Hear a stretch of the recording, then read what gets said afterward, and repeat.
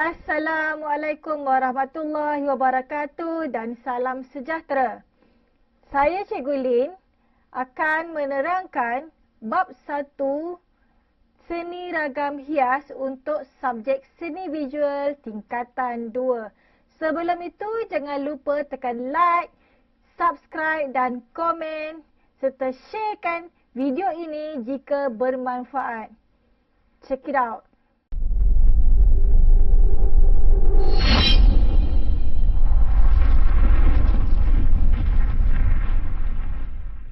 Baiklah, untuk bab 1, seni ragam hias, kita tengok apakah itu seni ragam hias. Okey, seni ragam hias ialah hiasan dalam seni kraf atau hiasan seni. Seni ragam hias boleh diolah supaya rupa bentuknya menjadi pelbagai ragam. Karya seni rupa diambil daripada motif flora dan fauna, geometri, awan larat dan figuratif. Okey, seni ragam hias terbahagi kepada 3, pengangkutan, seni ragam hias alat permainan rakyat, seni ragam hias alat domestik. Okey, mari kita lihat seni ragam hias pengangkutan. Seni ragam hias pengangkutan antara contohnya adalah kereta lembu, beca dan perahu. Okey, seni ragam hias pada pengangkutan tersebut mempunyai motif-motif yang tertentu. Okey, mari kita lihat kereta lembu. Okey, ini adalah kereta lembu. Okay, kalau dilihat daripada hiasan pada kereta lembu ini, pelbagai ragam hias ada pada kereta lembu ini. Okey, biasanya anak-anak pernah nampak kereta lembu di mana? Sekarang ni susah ya nak jumpa kereta lembu sebab kereta lembu ni adalah kenderaan pada zaman dahulu, kini semakin dilupakan. Okay, contoh pengangkutan yang pertama adalah kereta lembu. Okay. Menaiki kereta lembu tradisional Melaka adalah satu aktiviti yang tidak sepatutnya ditinggalkan oleh pengunjung ke Melaka kerana ia dapat memberikan satu kepuasan yang amat berbeza. Kereta lembu yang merupakan kenderaan pengangkutan utama di Melaka suatu ketika dahulu adalah lain dari kereta lembu yang ada di negeri lain. Kereta lembu tradisional di Melaka dihiasi dengan perhiasan yang beraneka warna dan mempunyai bumbung yang sama bentuknya seperti tanduk lembu. Okay, tokoh kereta lembu adalah Encik Sulaiman Manan, berumur 54 tahun. Ini cikgu tak pasti umur dia masa tahun bila. Okey, pembuat kereta lembu di Kampung Bukit, Melaka. Okey, bahagian pada kereta lembu yang paling sukar untuk dihasilkan adalah roda. Okey, roda kereta yang kat belakang tu ya. Okey, pada bahagian tersebut terdapat 7 batang kayu yang disambungkan untuk menjadikan bentuk bulat. Roda terbahagi kepada beberapa bahagian iaitu jejari, gantang, tapah, cupai dan simpai. Bahagian jejari pula mudah pecah semasa diketuk, jadi perlu dilakukan secara berhati-hati. Okey, mari kita teruskan kepada seni ragam hias yang kedua iaitu beca. Okay, pada tahun 1950-an, beca menjadi kenderaan yang paling biasa dijumpai di Georgetown, Pulau Pinang.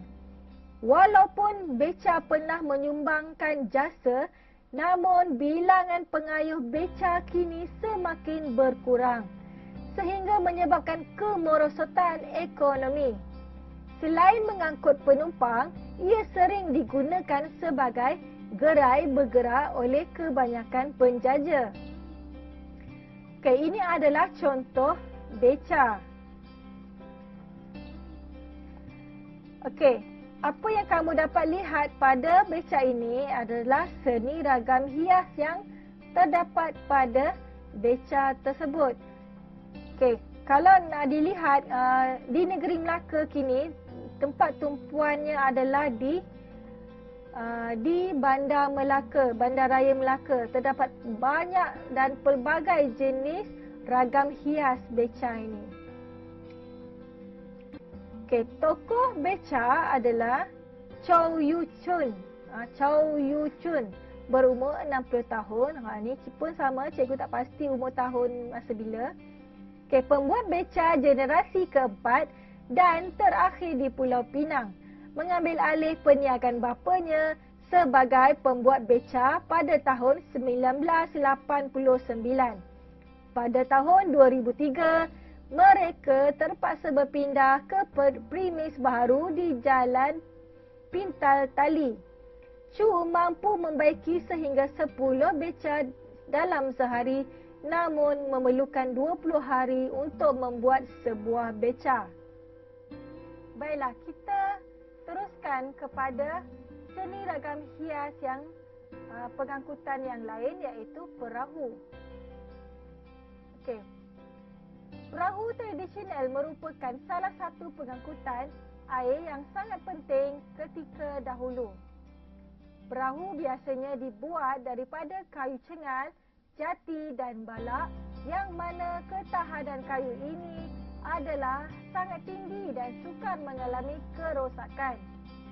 Menurut Wan, tukang amat penting dalam menghasilkan sesebuah perahu kerana tukang adalah ahli teknologi dan juga jurutera yang menghasilkan artifak. Jadi, ia amat penting dalam membantu penyiapan perahu. Ini adalah contoh bahagian-bahagian yang terdapat pada perahu. Pada bahagian badan perahu, terdapat seni ragam hias corak awan larat yang menggunakan warna-warna terang. Bangau adalah ukiran kayu yang terletak di hadapan perahu, mempunyai motif flora dan fauna. Nama bangau diambil bersesuaian dengan sifat burung bangau yang suka duduk di atas kerbau sambil memerhatikan ikan di dalam sawah. Ini adalah jenis-jenis terdapat pada bahagian perahu, iaitu bangau, okok dan caping. Ini adalah bangau, bangau, caping dan juga okok. Fungsi bangau untuk menyangkut galah panjang, layar dan pukat di samping menjadi hiasan. Ini bangau. Seterusnya, ia diletakkan di bahagian kiri kepala atau bahagian hadapan perahu. Saiz bangau lebih besar daripada okok. Kalau dibandingkan sini bangau, sini okok. Bangau lebih besar daripada okok. Okok terletak pada bahagian kanan hadapan perahu dan ia kadangkala dihasilkan dari sekeping papan bersama dengan bangau. Caping dianggap nadi pada perahu, terutamanya perahu kolek buatan barat dan payang buatan barat. Bentuk seperti tiga segi ataupun bujur sirih. Ini adalah caping, berbentuk seperti tiga segi ataupun bujur sirih. Tokoh perahu adalah Hasni bin Ali, berumur 67 tahun, seorang pembuat bot tradisional dan perahu di negeri Terengganu yang berpusat di Pulau Duyung. Antara bot dan perahu yang dihasilkan, perahu sekoci, perahu payang, perahu kolek dan bot layar. Penghasilan bot dan perahu yang dijalankan oleh beliau sering mendapat perhatian dan banyak tempahan yang diterima olehnya. hasil kegigihan dan penat lelahnya sejak tahun 1988, kini berjaya mewujudkan syarikat Duyung Boat dan turut mempunyai bengkel pengeluaran.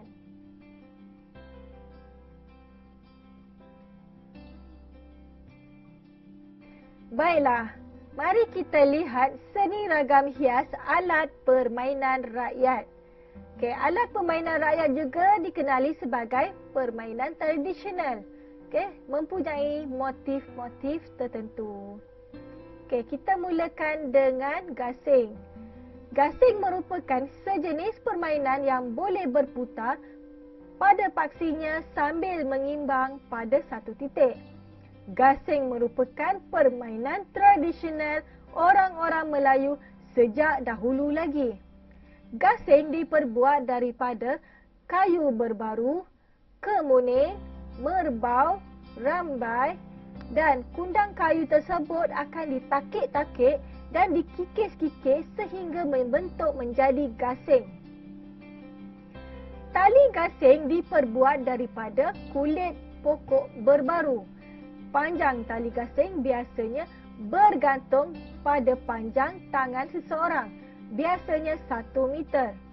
Minyak kelapa digunakan untuk melicinkan pergerakan tali gasing. Okay, jenis gasing terdapat dua.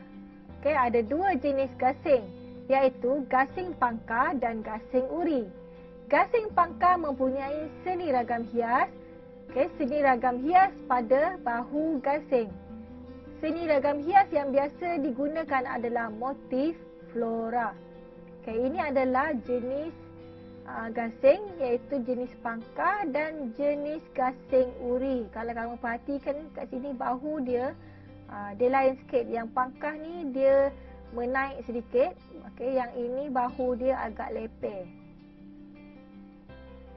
Okey, tokoh permainan gasing yang disegani adalah Abdul Razak bin Haji Ali atau nama panggilannya adalah Pak Teh, berasal daripada Kampung Kubang Telaga, berumur 72 tahun, pekerjaan petani dan pembuat gasing uri, terlibat sejak berumur 18 tahun.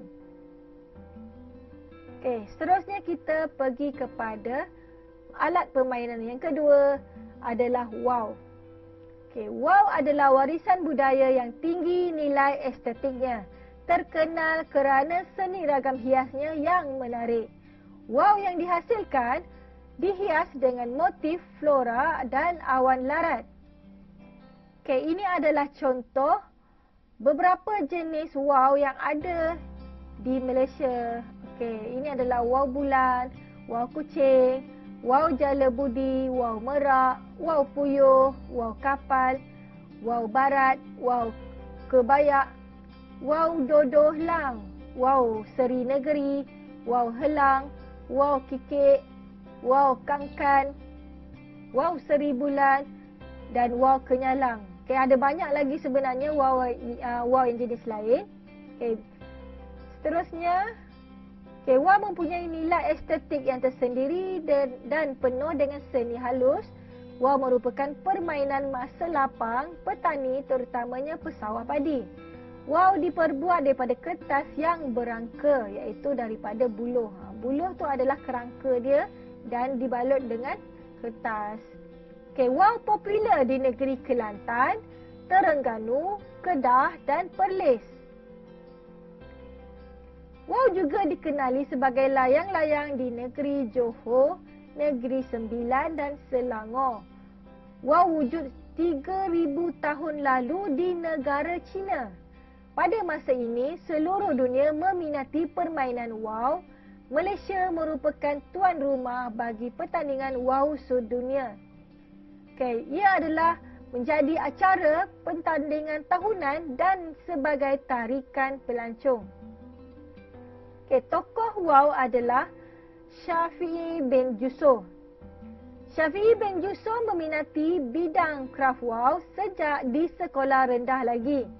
Demi minat beliau, belajar membuat wow dari rakan dan cara-cara sobekan melalui pemerhatian sendiri.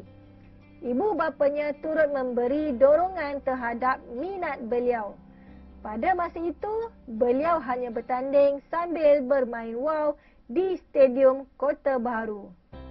Beliau mula menerima tempahan dari pelancong luar negara apabila dua orang pelancong menyaksikan bakatnya memainkan wow ketika berusia 22 tahun. Ketika berusia 30 tahun, beliau mula menerima tempahan secara eksklusif dari syarikat-syarikat besar serta jabatan kerajaan. Antara pertandingan yang pernah disertainya ialah pertandingan wow peringkat antarabangsa, ialah Pasir Gudang Kite Festival International Guest anjuran Lembaga Pelabuhan Pasir Gudang. Beliau juga ada menerima jemputan untuk membuat demonstrasi oleh Lembaga Penggalakan Pelancongan Malaysia dan aktiviti kebudayaan anjuran kerajaan negeri. Kraf Tangan Malaysia telah melantik beliau sebagai Adi Guru Kraf Wow pada tahun 2006. Hebat kan? Okey, seterusnya kita pergi ke congkak, alat permainan rakyat yang ketiga. Okey, congkak dipercayai berasal daripada dunia Afrika atau Arab, bergantung pada teori yang anda percayai.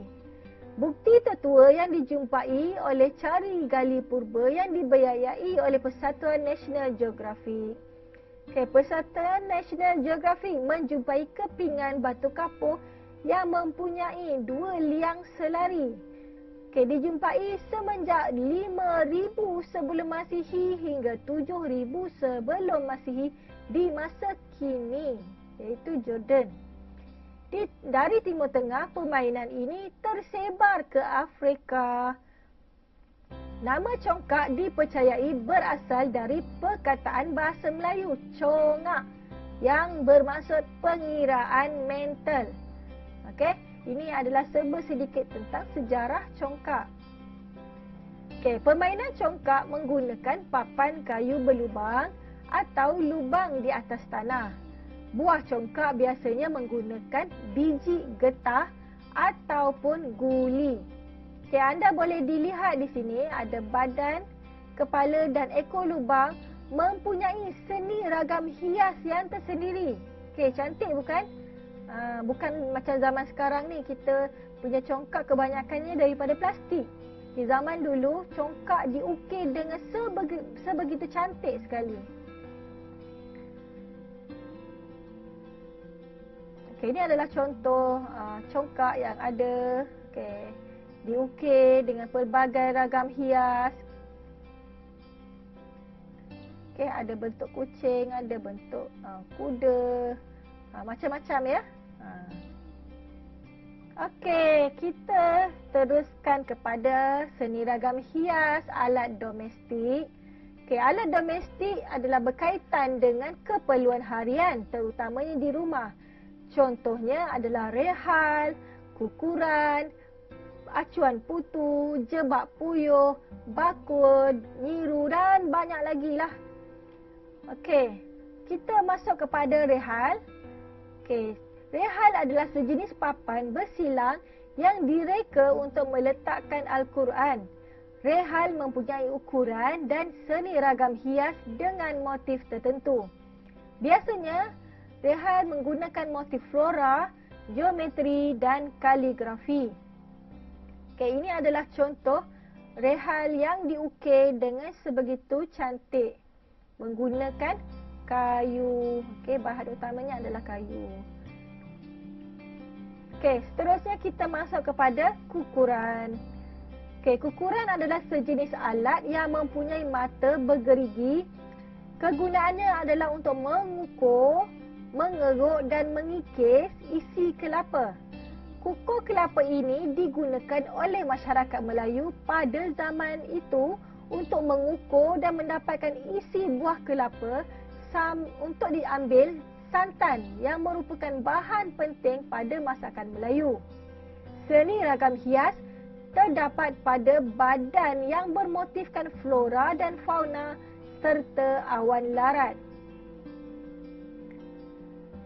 Okey, ini adalah kukuh kelapa antik yang lama yang berukir indah dengan motif flora dengan ukiran tebuk timbul dan tembus dari bahagian kepala, kaki, badan dan ekornya dan dibuat kemas oleh tukang lama dari Malaysia.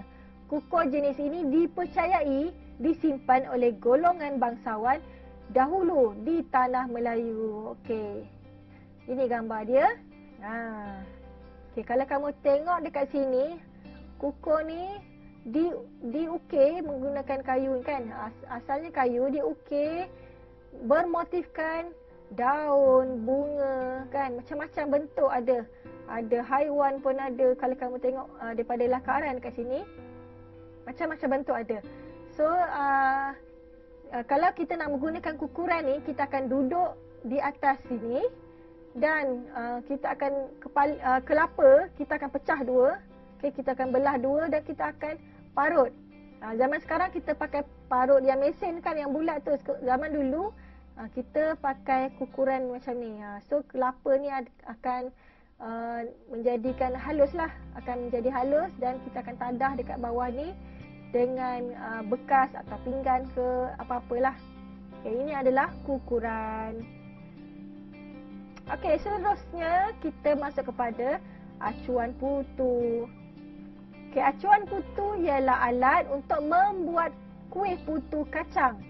Seni ragam hias yang biasa digunakan ialah motif bunga atau daun. Kepelbagaian seni ragam hias pada dasar acuan akan menghasilkan pelbagai bentuk kuih putu. Okey, ini adalah gambar acuan kuih putu. Ni adalah kuih putu kuih putu kacang. Okey, kalau kamu tengok dekat dalam dia ni, macam-macam bentuk ukiran, bukan ukiran, acuan ni bermotif yang pelbagai. Ada bentuk bunga, ada bentuk daun. So bila dimasak, dia buka dua-dua lapis tu dan keluarlah bentuknya menjadi kuih ni. Okey, seterusnya kita masuk alat domestik yang keempat.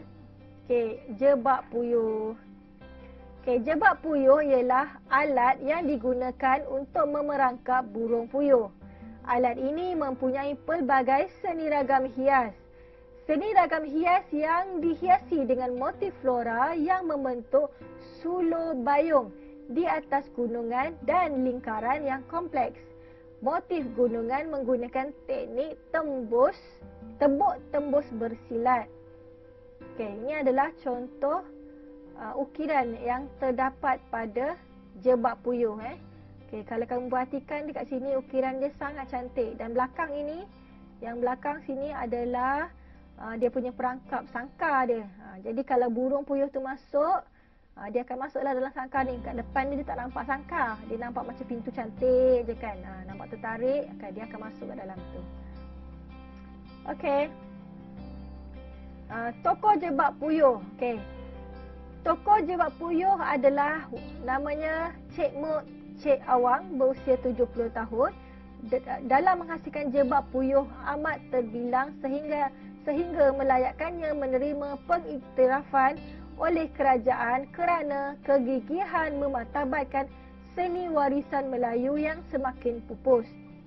Beliau juga dianugerahkan Adi Guru Kraft Jebak Puyuh pada tahun 1989 oleh Kementerian Perpaduan Kebudayaan Kesenian dan Warisan Malaysia. Cik Mok dari kampung Bunohan, Tumpat, Kelantan adalah satu-satunya pembuat jebak puyuh yang ada di negara ini selepas beberapa rakan seperjuangannya meninggal dunia, menyebabkan dia rasa bertanggungjawab untuk mempertahankan seni warisan Melayu itu daripada terus berkubur. Okey, tamat sudah bab 1 tingkatan 2 tajuk seni ragam hias, dan jangan lupa jumpa cikgu di next video dan Mohon semua yang menonton video ini tekan like dan subscribe jika masih butang merah. Okey, jika kamu rasa video ini bermanfaat, sila share kepada rakan-rakan dan pelajar-pelajar yang lain. Okey, terima kasih. Assalamualaikum. Bye.